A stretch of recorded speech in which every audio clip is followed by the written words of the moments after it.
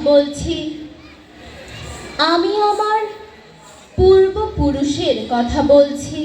তার করতলে পলিমাটির সৌরভ ছিল, তার পিঠে রক্ত জবার মতো ক্ষত ছিল।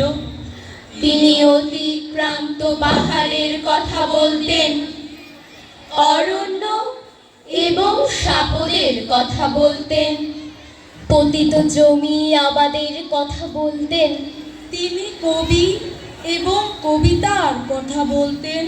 জিহ্বায় উচ্চারিত প্রতিটি সত্য শব্দ কবিতা, কর্ষিত জমির প্রতিটি শস্য দানা কবিতা। যে কবিতা শুনতে জানে না, সে ঝড়ের আর্তনাদ শুনবে। যে কবিতা শুনতে জানে না, সে দিগন্তের অধিকার থেকে বঞ্চিত হবে। যে কবিতা শুনতে জানে না, সে আজন্ম কৃতদাস থেকে যাবে।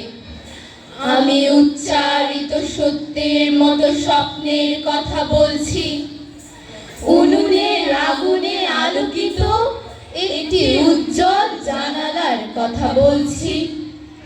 আমি আমার মায়ের কথা বলছি। তিনি বলতেন, প্রবহমান নদী যে সাঁতার জানে না তাকেও ভাসিয়ে রাখে। যে কবিতা শুনতে জানে না, সে নদীতে ভাসতে পারে না।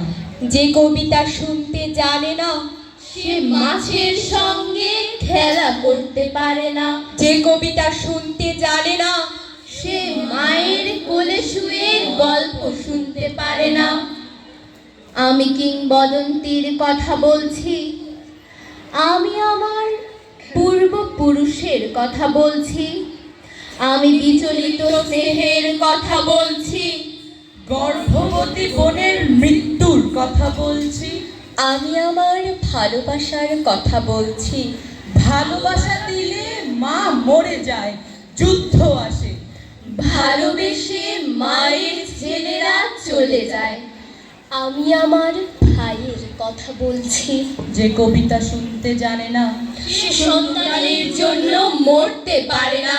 যে কবিতা শুনতে জানে না, সে ভালোবেসে যুদ্ধে যেতে পারে না। যে কবিতা শুনতে জানে না, সে সূর্যকে হৃৎপিণ্ডে ধরে রাখতে পারে না। আমি কিংবদন্তির কথা বলছি। আমি আমার পূর্বপুরুষের কথা বলছি। তার পিঠে রক্ত জবার মতো ক্ষত ছিল, কারণ তিনি কৃতদাস ছিলেন। আমরা কি তার মতো কবিতার কথা বলতে পারবো? আমরা কি তার মতো স্বাধীনতার